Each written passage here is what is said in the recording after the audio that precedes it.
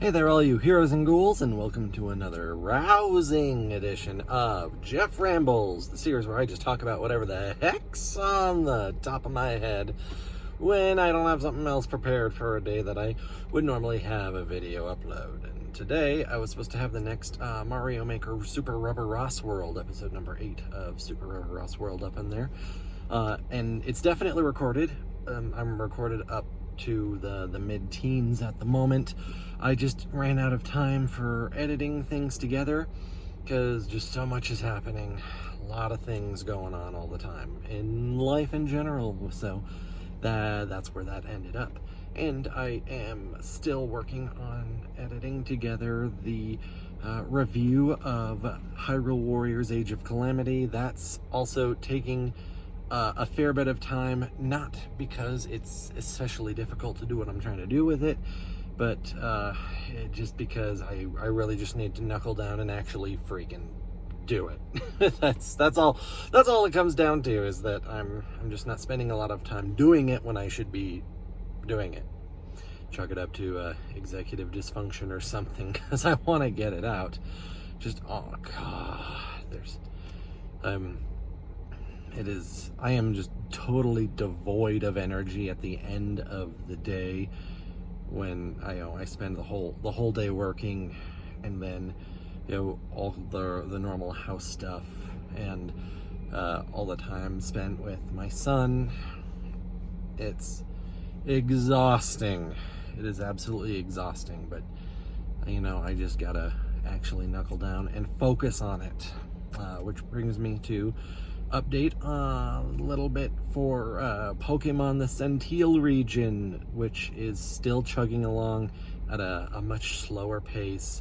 I ended up getting a book of Native American stories and mythology to kind of help me. Unfortunately, the book was for tribes primarily on the West Coast and the Pacific Northwest, which doesn't really pertain to the Colorado Rockies and Great Plains.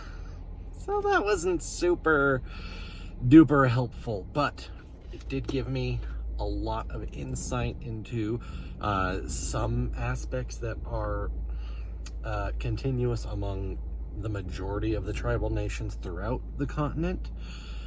Mostly in regards to animal spirits and how certain animals are viewed. So that right there is a huge help.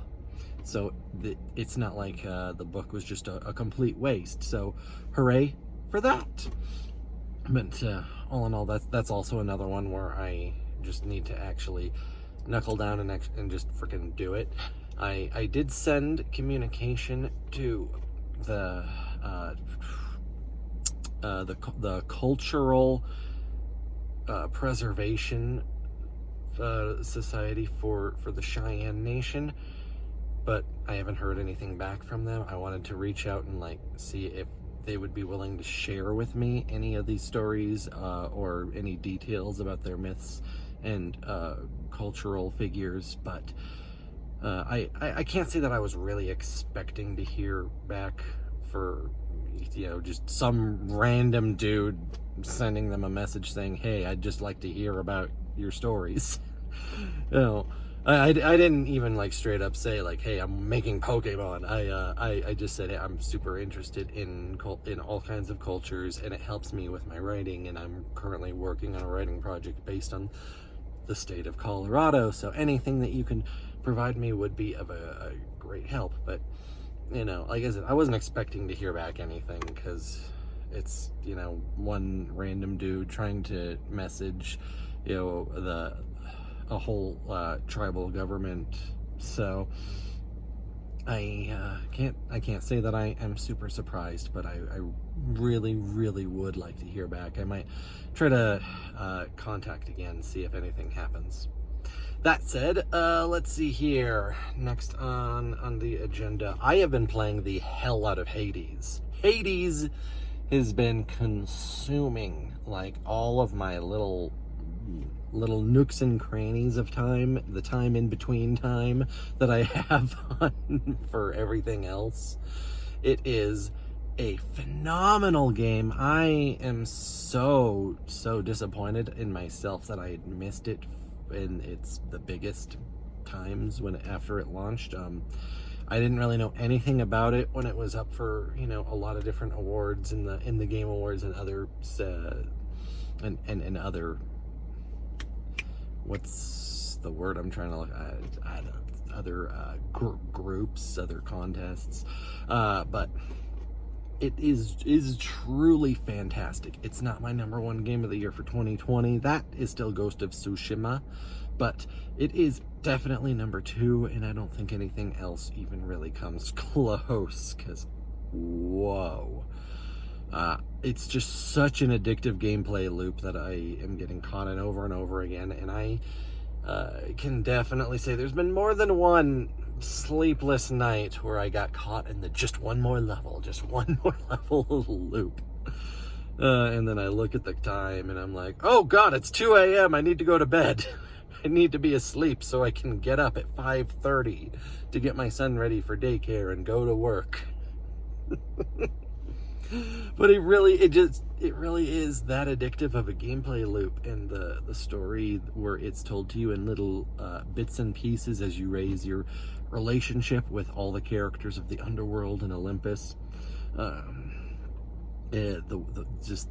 way that it incorporates a roguelike the standard roguelike mechanics into the actual story frame is pretty freaking creative and phenomenal. And for somebody who's a big mythology buff like myself, I really appreciate all the work and research that clearly went into it. Anytime I see something that's different from actual Greek mythology, it's usually because they did so intentionally for the purpose of the game itself. So that's one detail that is also really neat. Any differences that are in there are usually for the benefit, just to improve things. Like here's one thing. There's Zagreus, the main character, son of Hades and Persephone, is an actual Greek mythology figure, but he's also one where there's not a whole lot of information out there for him, which definitely leaves him in a good position to be a character in a game like this, where they could do whatever they kind of wanted with him. But some, let's call them less accepted interpretations, believe that Zagreus and Dionysus are the same person, and it's like called the Orphean cult or something along those lines. I'm not totally up on it because I don't study the weird shit that's considered to be easily debunked, off the wall, tinfoil hat stuff. But that was kind of incorporated in this game as Zagreus gets an idea from Dionysus to play a joke on Orpheus the musician, and just kind of tell him random BS as a joke, as a little prank. But then Orpheus takes it at face value and weaves it into song, so that leads into the information, like, getting out into the main world and creating that story, which is hilarious and also incredibly creative. I love it. There's a lot of different combinations of powers you can find that can really be game breaking and really good. Others that obviously don't synergize at all, and with every attempt through the game you get, it's all random, so you can't really say how things are going to be. You have limited options on kind of driving towards what you want, but it's not that's not a guarantee by any stretch of the imagination. But every single time being unique makes it so appealing to me on a personal level. Like, one of the big reasons why Majora's Mask is my all-time favorite game is because I'm someone who loves wiping the slate clean and starting over fresh. Just kicking everything off to the side, go at it again. Whoa, okay. I'm slapping things and getting crazy, and now my phone's falling around. So, yeah, that's one of the reasons why I freaking love Majora's Mask and is my all-time favorite game.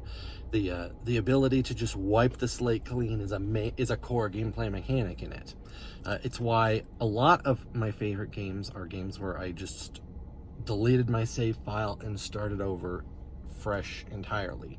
I don't really know why. Maybe it has something to do with how, didn't have a lot of money growing up for games, so I ended up playing the same games over and over. Maybe that just kind of got drilled into me, but that's just kind of how things are. And the fact that, Hades is a game where everything starts over with some minor exceptions, some resources that carry over and whatnot, but it's a slow burn that you build up time and time and time and time again, with every run getting wiped clean and starting fresh. And I love it. And the first time I actually escaped the underworld, I was wondering where things were going to go from there, because I knew that lots of people still kept playing the game after they escaped. And that's built into the story too. You have to still keep trying, because being born of the underworld, Zagreus dies if he's away from it for too long, but he has a goal he needs to chip away at, little by little, time after time, attempt after attempt. And seeing that I still got to go through the game loop over and over again, even after I escaped the first time, that made me happier than if the game just ended there. It really lightened my spirit and said, oh wow, that just happened, and we're nowhere near done. I get to keep playing. Yeah, that was kind of the reaction I had for it. So, oh man, I'm loving it. But I could definitely use, kind of use for putting it away a few times here and there when I should be doing something else, like finishing the review of Hyrule Warriors Age of Calamity. Or actually editing together more episodes of Super Rubber Us World. Which, hey, the fact that I have been able to, just mostly successfully, today being an exception, actually keep it going as a daily series is something that I have been very proud of, and I hope I can continue doing so. You guys all at home, I want you to leave a comment down below. Do you appreciate that it's a series I can put out daily, even though the episodes are shorter than most other things I do? Between like 15 to 17 minutes, as opposed to everything else that's anywhere from 30 minutes to an hour. Tell me what you think, how you feel about that. Do you appreciate the sacrifice of video length for daily consistency? Is that something that you like? Tell me right now in the comments below. And hey, speaking of things you like, please like this video and then subscribe to the channel if you haven't, because if you have sat through here for 14 minutes now just listening to me ramble all this time, clearly there's something that caught your attention. So subscribe to get more daily, at this current juncture, content. And share the channel with friends. Wow, okay. All right, and share the channel with friends, because that's the best way to help support me. And that all out of the way, guys, hey, go ahead and give yourselves a great big hell yeah.